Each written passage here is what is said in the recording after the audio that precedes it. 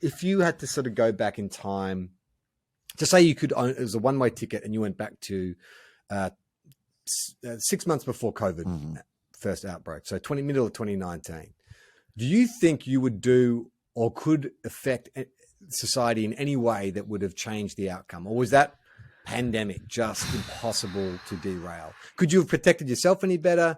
Could you have done anything to make society safer? I mean, I definitely could have protected myself better. There's no doubt about that.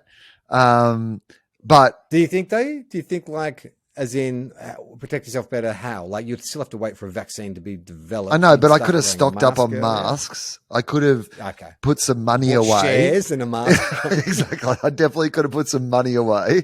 Like, you know, I could have planned a little bit better for, you know, where I would have been and how I was going to pay for things, all those sort of things. But could you get the word out to that's the more interesting question. Like if I had that information, like, you know, somebody said to me, there's going to be this global pandemic.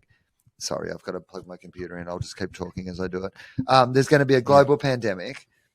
It's happening in 6 months from now. It's going to fuck up everything for a couple of years. If I started just saying that, like if I came on the podcast and said, look, guys, you've just got to believe me. This is what's happening.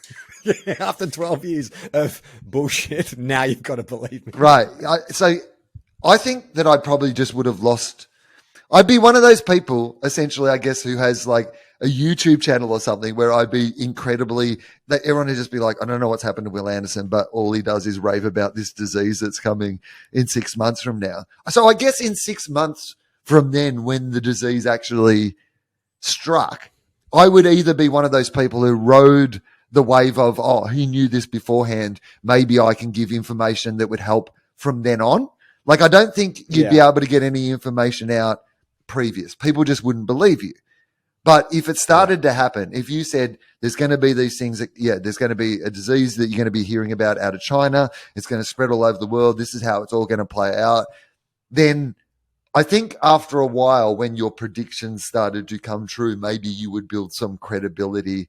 Like, you know, but I think that there'd be a period of time. How would you, so would you be doing it on this? Because basically there's no issue with you being able to predict the outcomes, but it's getting your predictions to a level of influence of people like, hey, there's this dude in Australia who's correctly predicted the first 3 months or the first month of this outbreak. So are you doing it on, like, well, not this podcast. Philosophy gets better numbers. Would you have to dust off philosophy and get that cranking? No. I think. Are you stopping Gruen transfer? Or are you getting your teams to request like an interview on the 7:30 report? Well, I imagine that at this point I've been sacked from all my major jobs because everybody thinks that I'm an absolute madman who's like spouting nonsense about this disease that's coming in 6 months. Then when I'm starting to get these things right, obviously the job offers come back. Everybody like wants to talk to the person who seems to know what's going on. But then I think there's the backlash. Like, how do I know this information? Like, you know, what am I in on this? Am I part of this? Am I part of the grand conspiracy? I think there's got to be that narrative that starts to happen if you are too accurately predicting what is happening. So I think 100%. I think that I could present things in a way. Imagine what kind of tizzy like Sky News After Dark would be in now, when Rebel News, that fucking, you know, Chardonnay sipping limousine liberal Wil Anderson is calling for fucking lockdowns and mask wearing. Like, this is before anything's ever, like, you are a commie. Yeah. Like, that is it. That is fucking, we knew it. He wants to, we always knew he wants to lock us all up. He wants us to have equal amounts of things. This is communism taking over. People say that backed by data and evidence, and they get called fucking communists. Imagine how you would have been labeled. Yes. You'd be the Pete Evans. You'd be the inverse Pete Evans. Well, I think that that's exactly what you would be early on. It's only when some of these things start to come true that it gives you any credibility. But I think that for that period of 6 months, so imagine I've just been transported back in time. So I know this. I've lived it. I know how it all sort of goes down. I would try to help, but how would you help? Like, how would you help? Like, I mean, I do have access to media, and I do think that I could get the word out, but I think that mostly it would be dismissed as, because if 6 months before COVID, somebody told you that, oh, by the way, look, you know, I know 2019's been a bit of a challenging year, but, you know, enjoy what you're doing at the moment, because like come the end of this year, you're going to be like, the entire world's going to be locked down for 2 years. You would think that it would sound like what conspiracy theory people say now. Well, you know, I've got a friend who is an epidemiologist and was part of the response, the Victorian response team. So, you know, I'm clearly compromised and a communist as well. All hail Dictator Dan, second only to Ryan Reynolds in my estimation.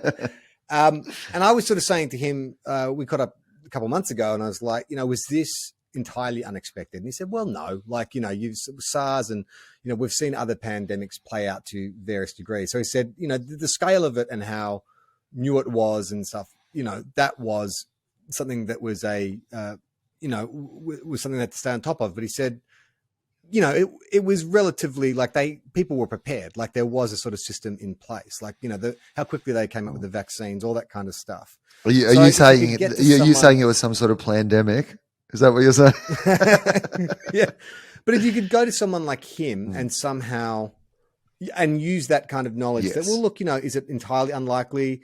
You know, maybe you could do your own research. I guess that, I guess that accessing the scientific community would be my first step. Because we always listen to the scientists, Will. That's the one thing I know about us. I'm not saying the scientists would necessarily get it out there, but I need something to back up the, like, you know, because no one's going to listen to me if I'm just saying these things. You need to be able to go, like you said, to your friend who's an epidemiologist. So I guess I'm calling Adam Spencer and saying, what scientists do you know?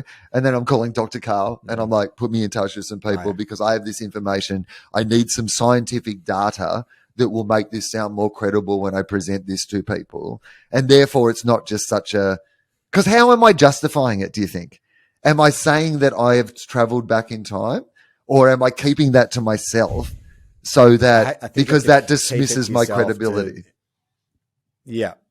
I mean, maybe there is someone, in order to win over like an Adam or a Dr. Carl or whoever, you have to start predicting, like, you know, sporting outcomes or whatever, just to kind of prove, to get them on side. Because they would be like, why are you even thinking about this? What do you even know about epidemiology? Wuhan, where's that? Like, just for expediency's sake, you'd say, hey, you know, Richmond win this grand final by blah, blah, blah, blah points. And then it happens. Then, you know, then you start going, why the fuck am I trying to save the world? Right. I could be buying. Like, I could have placed a bet and I was going to build a bunker in New Zealand. So I guess what you're like, the two questions you asked was, do I think I could do anything for the world versus do I think I could do anything for myself? Absolutely. You could do stuff for yourself. Like you said, you could use your knowledge of the future to get an incredible amount of money in a short amount of time and go and protect yourself and live in a bunker in New Zealand. Of course you could do that. But the broader question is, could you warn the world about what is coming? And I think that at the moment, if you look at climate change, the fact that there are scientists, you know, the IPCC, the international scientists all coming together to give us this warning about impending doom that they have scientific evidence behind, and the way that as a planet we are completely fucking ignoring them and just getting on with things, means that probably Ando, the comedy commando, claiming that he's travelled from the future would not be convincing either. All that video that's been coming out of people in LA, like the snowstorms, and it's snowing in Pasadena and all that kind of stuff. It just makes me think of that scene in Titanic, you know, where they've just after they've hit the iceberg and everyone's kind of still unsure about what's going on. And there's just a shot from the bird's nest to the deck of the Titanic, and you see a bunch of passengers like laughing and kicking around a block of ice. Oh, isn't this fun? And it's like, to me, that just perfectly encapsulates where we are right now. It's like, oh, it's snowing in Pasadena. It's 25 degrees in London in the middle of October. This is great. So funny, isn't it, guys? How the weather is nothing like how it should be. This is really fun. I'm sure this is not a portent of anything terrible that's coming in the future. So, yeah, I think that it would be hard for me to convince anyone. To see the full video, join our Patreon. Patreon.com/Tofop.